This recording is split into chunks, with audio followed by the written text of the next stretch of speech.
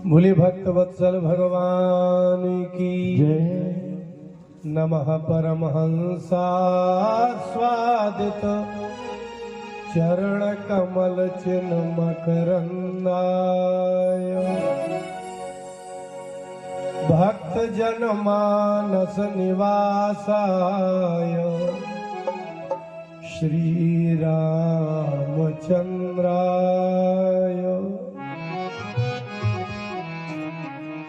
कृष्णाय वासुदेवाय हरये परमात्मने प्रणतक्लेशनाशाय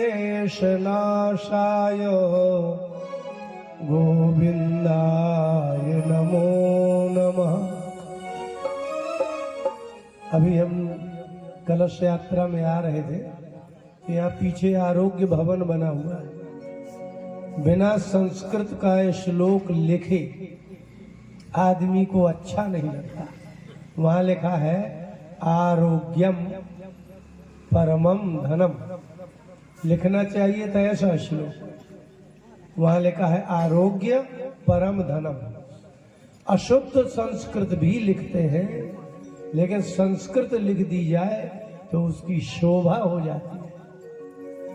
संस्कृत एक ऐसी भाषा है, हमारे स्कूलों में पहले संस्कृत के श्लोक लिखे रहते थे।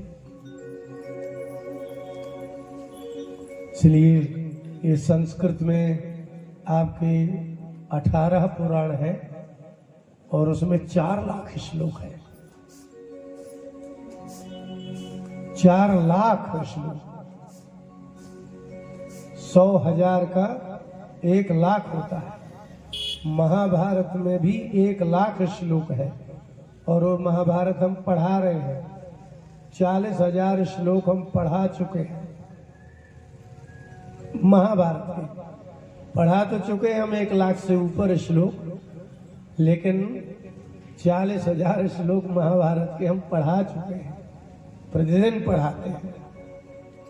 लेकिन 4 लाख श्लोक में क्या लिखा होगा? भागवत में 18,000 श्लोक है। इस समय जो भागवतें चल रही हैं और जो भागवत की कथा करते हैं, उन लोगों को इस श्लोक का अर्थ पता नहीं रहता। लेकिन आप जो ये कथा सुनेंगे तो आपको लगेगा कि कथा सुनी। संस्कृत बहुत ही शुद्ध भाषा है। और एक और आश्चर्य सुनो, संस्कृत के जानने वाले इतने कम लोग हैं कि आप बौछार से लेकर के आप 10-20 गांव चले जाओ तो कोई एक आदमी संस्कृत का अर्थ करने वाला मिलेगा। इसके बाद भी संस्कृत भाषा में जितने शब्द हैं, जितने ग्रंथ हैं, इतने शब्द और ग्रंथ किसी भाषा में है ही नहीं। बहुत गजब बात है। इतने ग्रंथ हैं, पढ़ने वाले कम हैं, लेकिन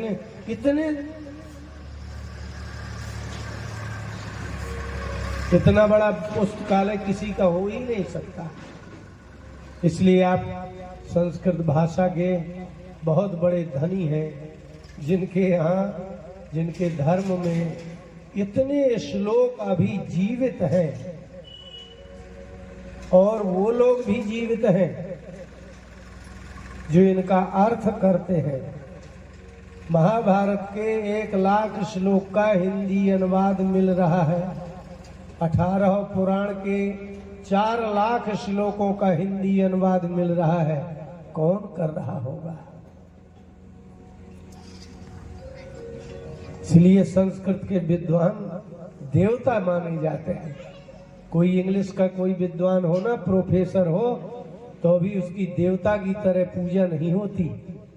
आपके भारत का साइंटिस्ट आ जाए तो कोई पैर नहीं छुएगा, कोई श्रद्धा नहीं करेगा। लेकिन ये कपड़ा पहन ले, संस्कृत बोल दे तो लोग उसके पैर छूने लगते हैं। संस्कृत की ऐसी महिमा है।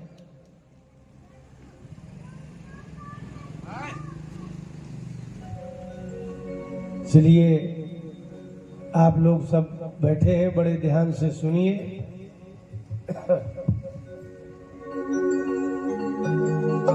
भगवान की प्रार्थना हो जाए।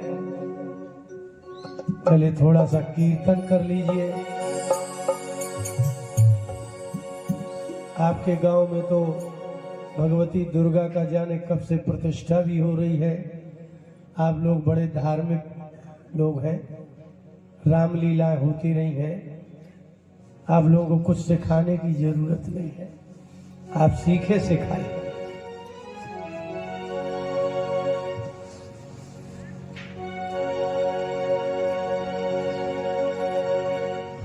गोपाल राधे कृष्णा गोविंद गोविंद, गोपाल राधे कृष्णा गोविंद गोविंद, गोपाल राधे कृष्णा गोविंद गोविंद, गोपाल राधे कृष्णा गोविंद गोविंद, राधे गोविंद गोविंद,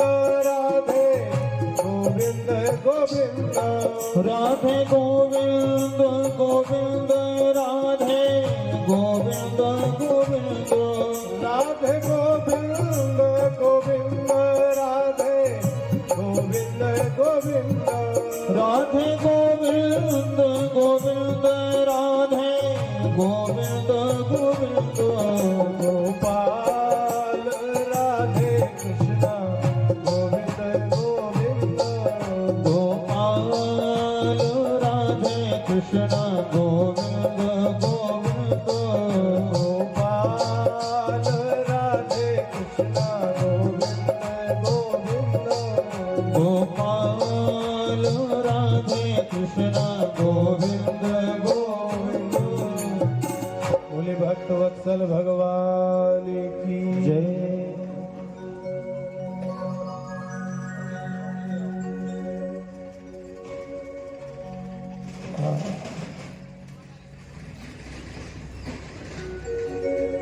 तुम सम कौन उदार नाथ, तुम्हें दीन प्यारे हैं। तुम सब कौन उदार नाथ, तुम्हें दीन प्यारे हैं। हे जग पालनहार नाथ, तुम्हें दीन प्यारे हैं। हे जग पालनहार नाथ, तुम्हें दीन प्यारे हैं। तुम सब कौन उदार नाथ, तुम्हें दीन प्यारे हैं।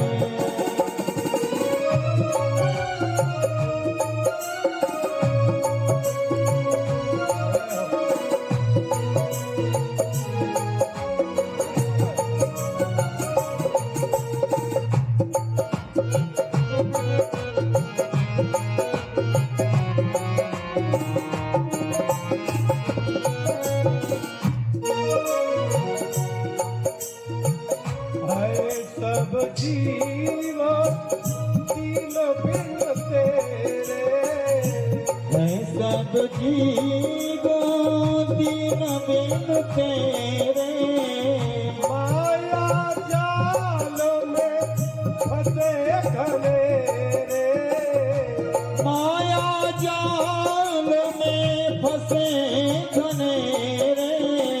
है सब जीव दीन बिन तेरे, हाँ है सब जीवो दीन बिन तेरे, बैठे सब कर हार नाथ, तुम्हें दीन प्यारे हैं।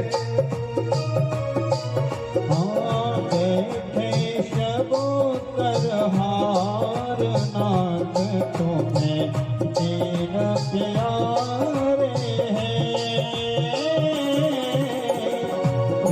शम कौन उदार नाथ तुम्हें दीन प्यारे हैं। ज्ञान बिना सब जीव दुखारे, ज्ञान बिना सब जीव दुखारे, ज्ञान बिना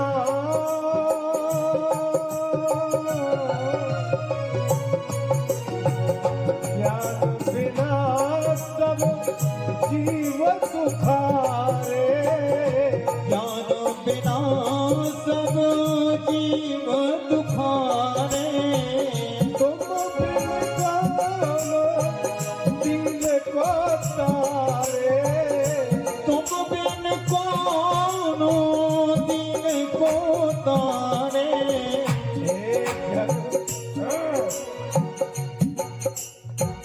हे जग तारन हार नाथ प्यारे जग पालनहार नाथ तुम्हें दीन प्यारे हैं।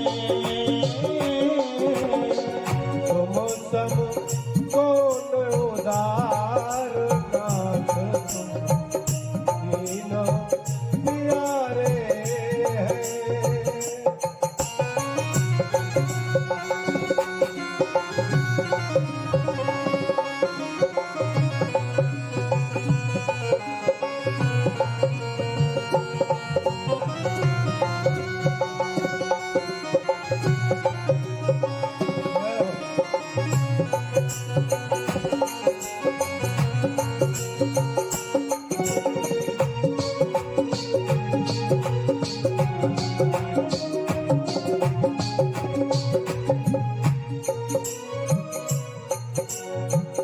अब ब्रजपाल तुम्ही बस मेरे, अब ब्रजपाल तुम्हें बस मेरे, दीन मलिन नाथ सब तेरे, दीन मलिनो नाथ सब तेरे।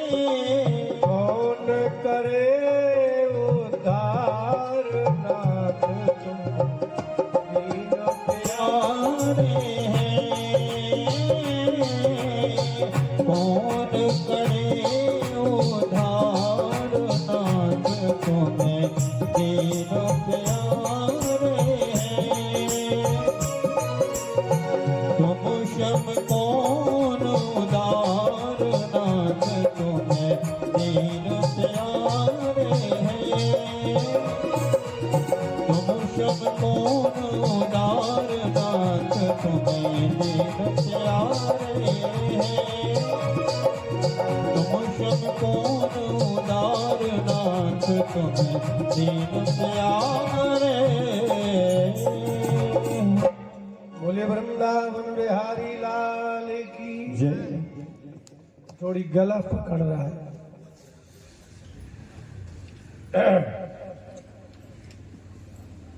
भागवत का महात्म्य,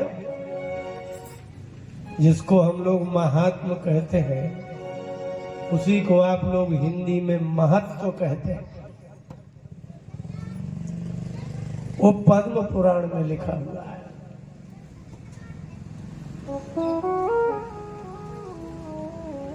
और ये ग्रंथ लिखा गया है कलयुग में। भगवान श्री कृष्ण के इस पृथ्वी लोक के छोड़ने के 30 वर्ष बाद इस श्रीमद् भागवत की पहली कथा सुखदेव जी ने परीक्षित जी को सुनाई।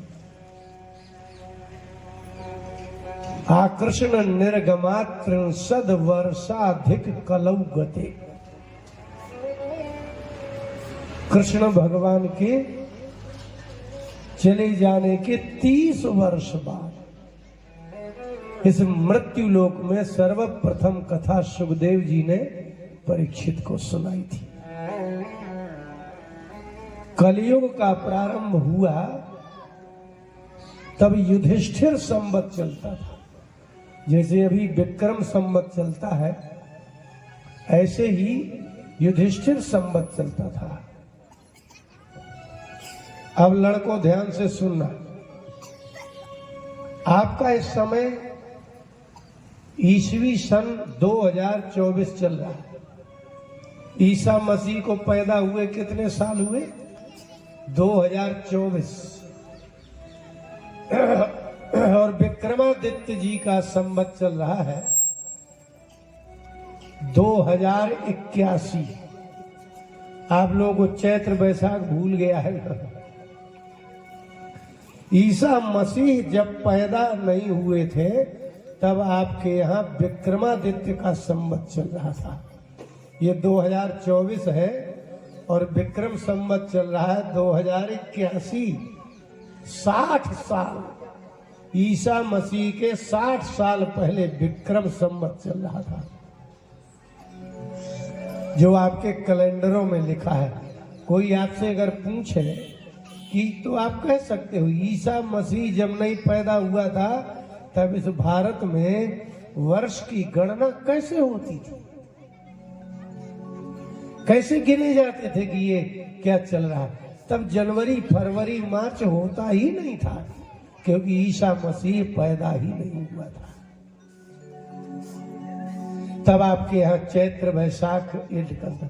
ये जो हमारे वृद्ध लोग चश्मा लगाए पुराने बैठे हैं, इनकी जब शादी हुई थी तो सन नहीं लिखा गया था, उनमें चैत्र वैशाख सुदी और बदी लिखा जाता था। सुदी बदी लिख करके फिर तिथि लिखी जाती थी। अब ये चल पड़ा। अब आप पूछो कि विक्रमादित्य जब नहीं थे 2081 साल के पहले क्या लिखते थे? तब युधिष्ठिर संवत लिखा जाता था।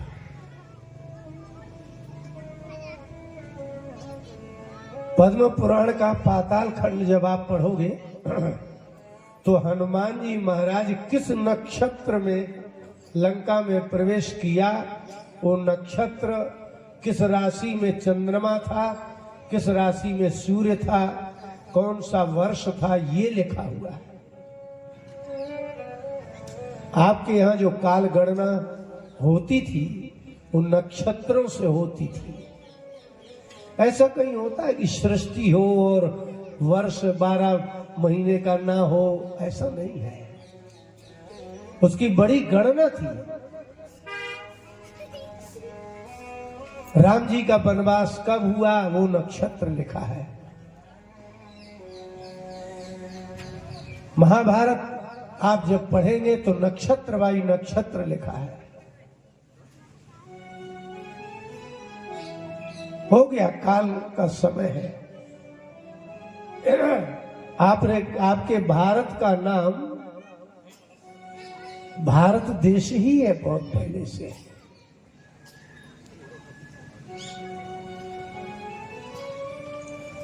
ये भूमि बड़ी दिव्य है।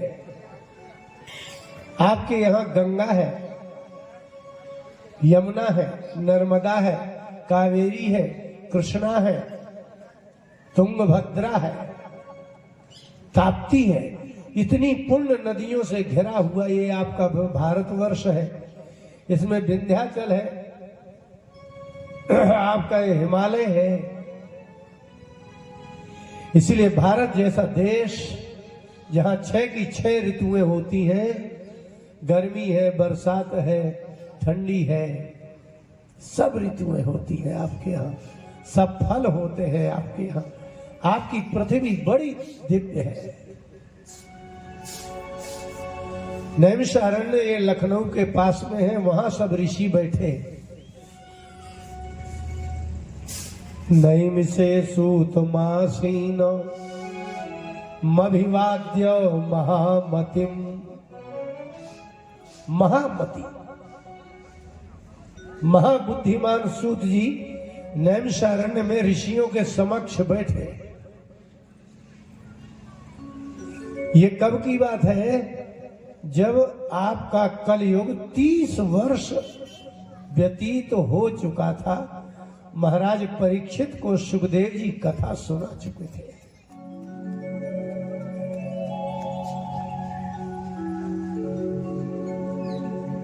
और ये कलयुग प्रारंभ हो गया था।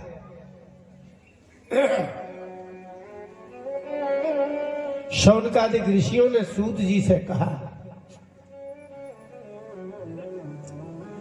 कि ये घोरे कलौ प्रायो जीवश्चा सुरतांगता। ये शुरुआत थी कलयुग की। और ऋषियों ने कहा कि सूत जी, इस समय सारे मनुष्य असुर हो गए। घोर कलयुग आ गया, जबकि कलयुग को चले हुए 30 वर्ष हुआ था। और घोर कलयुग कैसा? बोले ना कोई सवेरे उठता है, ना कोई सवेरे स्नान करता है। अब यही तो असुर है ना। और ना ही कोई सवेरे उठ करके किसी के बड़े के, छोटे के, घर के, परिवार के, कुछ नहीं। असुर जैसे होते हैं ऐसे सब हो गए। अब ज्यादा हो गए, अब 5000 साल हो गए। और हम आपको जो सुना रहे हैं वो 30 वर्ष की बात थी। अक्लेशाक्रांतस्य तस्यैव शोधने किम परायणम। क्लेश हो गया है चारों तरफ। सब रोगी हो गए, सब आलसी हो गए, कोई उठता ही नहीं है। मंदिर बने हैं, लोग उसमें जाते नहीं। इनका कैसे शोधन होगा? मनुष्य में वो बुद्धि कैसी आएगी? ये मनुष्य ऐसा शुद्ध होगा कैसे? अशुद्ध खा रहा है, बिना नहाए भी खा लेता है। नहा भी लेगा तो क्या, 2 लोटा पानी डाल लेगा, खाने बैठ जाएगा। इसको ना हृदय से मतलब है। भाइयों भाइयों में कोई स्नेह नहीं रह गया, पति पत्नी में भी नहीं रह गया, परिवार में भी नहीं रह गया। तो इसका क्या शुद्धिकरण का क्या उपाय? और क्लेश ही क्लेश है, क्लेश आक्रांत। दुख के अलावा कुछ है ही नहीं। और हे भगवान, आप ऐसा कोई उपाय बताइए कि श्रेयसाम यद भवत भवेत् श्रेयः पावनानां च पावनम। ये मनुष्य 60-70 साल की आयु जीता है। इसमें से वो 2 साल भी पवित्रता से नहीं रहता, 2 दिन भी पवित्रता से नहीं रहता, 1 दिन भी पवित्रता से नहीं रहता। तो पावना नाम च पावनम, ऐसा कोई उपाय बताइए कि वह नहाए भी ना और पवित्र हो जाए, अशुद्ध भी रहे तो भी शुद्ध हो जाए, उसको कल्याण कराने की इच्छा ही ना हो, भजन करने की भी इच्छा ना हो, फिर भी उसका कल्याण हो जाए। है कोई उपाय आपके पास? ऐसा कोई बालक हो जिसके हाथ में पैर में पोलियो हो गया हो और सरकारी नौकरी लग जाए? लग जाएगी? हाथ में भी पोलियो लगा है, पैरों में भी पोलियो लगा है, खाली गले से कमर तक लेटा है। और कोई ये प्रश्न करे कि इसके चारों हाथ पैर पोलियो ग्रस्त है और इसकी सरकारी नौकरी लग जाए, ऐसा कोई उपाय बताइए। है आपके पास उपाय? कर्म किए बिना तो नौकरी का संबंध ही नहीं है। सूत जी से ऋषियों ने यही प्रश्न किया कि यह घोरे कलौ प्राया, इस घोर कलयुग में आदमी बिल्कुल असुर हो गया है और वह अपवित्र है, लेकिन वो पवित्र हो जाए। अब यहाँ जितने पैंट शर्ट पहने बैठे हैं, अगर ये पेशाब करते हैं तो कहाँ हाथ धोते हैं? ये कैसे पेशाब करेंगे जब ये पैंट पहने? तो इसको तो अपवित्र है रहना ही है ना। इसको मलमूत्र कर लेना है, हाथ भी नहीं धोना। जाकर के बाजार में कहीं समोसा वमोसा खा के ऐसे ऐसे गंदा पानी वो जो प्लास्टिक में भरा रहता पी ले और अपने पैंट में ही ऐसे पोंछ लेगा। एक तो वो प्लास्टिक का बर्तन और शुद्ध जूठा, वो भी पी करके जूठे पानी से 24 घंटे अशुद्ध रहने वाले व्यक्ति का शोधन कैसे होगा? इसकी बुद्धि पवित्र कैसे होगी? इसका मन पवित्र कैसे होगा? ऋषियों का ये प्रश्न है, भागवत का यही प्रश्न।